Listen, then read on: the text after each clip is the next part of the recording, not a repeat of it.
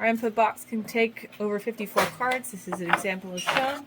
As you can see, we put it in the entry box, and it can fit all cards.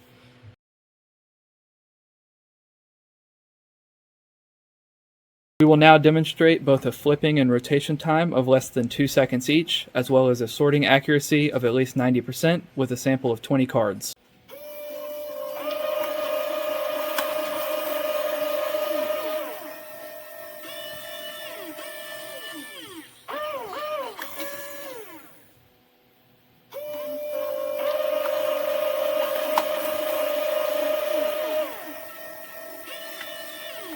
Enhance accuracy.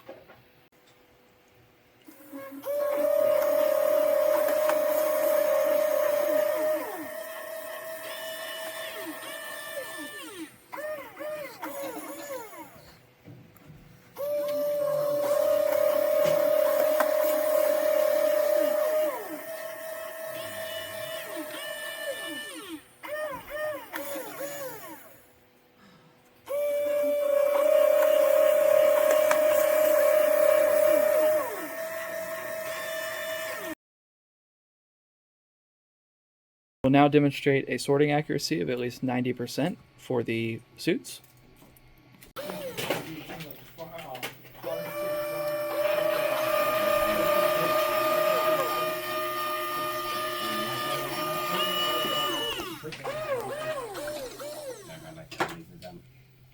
guys are going to tell you all the time. When we look for volunteers next week to fill up the lab, we're not doing it this week. So I need one thing from if you see anyone on the floor with something to tip over, pick it up. If you see anyone with fire alarm on or something like that, pick it up. How'd it work? It had bugs, but it did it. Good enough. You know what it reminded me of my wife? I grew up with my friend Danny Piccolello. We were both in grade school together. Mm-hmm. And I moved to Florida. He grew up and moved out to Vegas and became a 21 car dealer. And I met him when we were visiting to Vegas.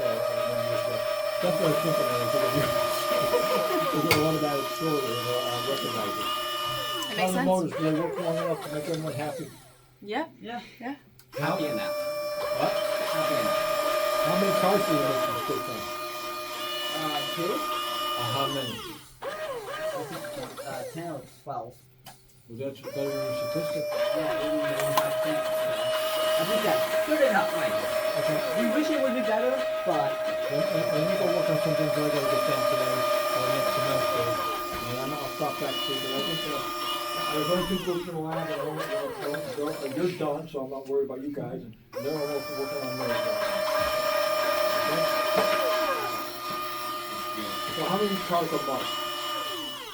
Zero. I gotta tell you something, my dad was a magician, was a part-time magician. They cut and don't mess nice, I don't know. But if you were to take the 8 Queen King Jack,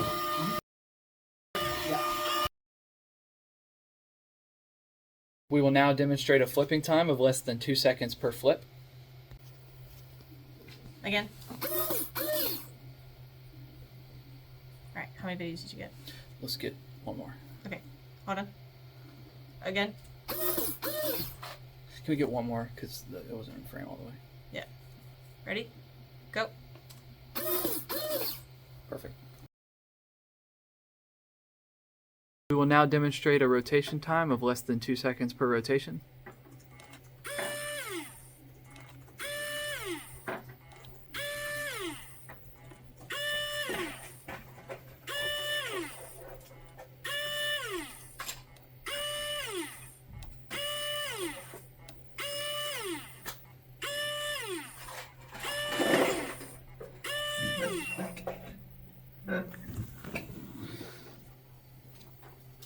Catch this. Okay, so this is our final PCB design. We'll start with the power inputs. Power comes in through a 12-volt barrel jack, AC to DC power supply, right here, and flows through a 5-amp PTC resettable fuse for circuit protection. A Schottky diode was meant to be implemented here, but we chose not to due to design constraints, and filtering capacitors are placed at the input as well. Before power reaches the fuse, it goes through an external enclosure-mounted switch, which will be shown later, so that the device can be powered on and off without having to unplug the device. Over here is a second power input, exclusively for the DRV8825 motor driver, as well as the DRV8825 motor that it is driving, the 17HS01. This is due to back EMF the stepper motor was creating. Whenever spinning, it was interfering with other parts, so we decided to cut the trace and isolate that power track from the rest of the circuit. On the main board, the ESP32 microcontroller is located, as well as all of its related passive components. An enable and reset button is also included for ease of programming uploading. The I2C multiplexer is located right here, along with all of its passive components. And the USB to UART bridge is located right here. A USB-A input is on the edge of the board for coding the ESP32. Also are the IR sensor pin headers and the color sensor pin headers. Up on the top are terminal blocks for the motor connections, one 4-terminal terminal block for the stepper motors for wires, and then two 10 motor terminal blocks for the two DRV8912s, since they support 10 H bridges per chip. We're not using all 10, we're actually only using 8, but it's there for any future expansions that we might have had. Next is our DRV8912 breakout board. We have 2 of these shown right here and right here. This is because we one DRV8912 only supports up to 5 motors, and we needed more than 5 motors for our project, so we had to implement 2 identical boards. This is what the board looks like isolated. This is one of our backup boards. As you can see, pin headers carry the 12-volt power connection as well as 3.3-volt logic connections to the board. All of the passives related to the chip are located on the board, and the terminal block connections also are carried up through the pin headers. Shown here is the DRV8825 stepper motor breakout board. The chip is located under the heatsink. We applied a heatsink for thermal management, and all the passive components are also located on its own board. The 12-volt power is sent up through a pin header into the VMOT pin of the DRV8825. Because of a design mistake, the internal regulator of the DRV8825 was used to pull sleep high. making it unnecessary for a pin header to interface with the 3.3 volt rail, or so I had thought. This is actually not something that the internal regulator is capable of handling, so we had to externally hardwire the regulator's output on the main board to the DRV 8825 through a small wire and solder it in.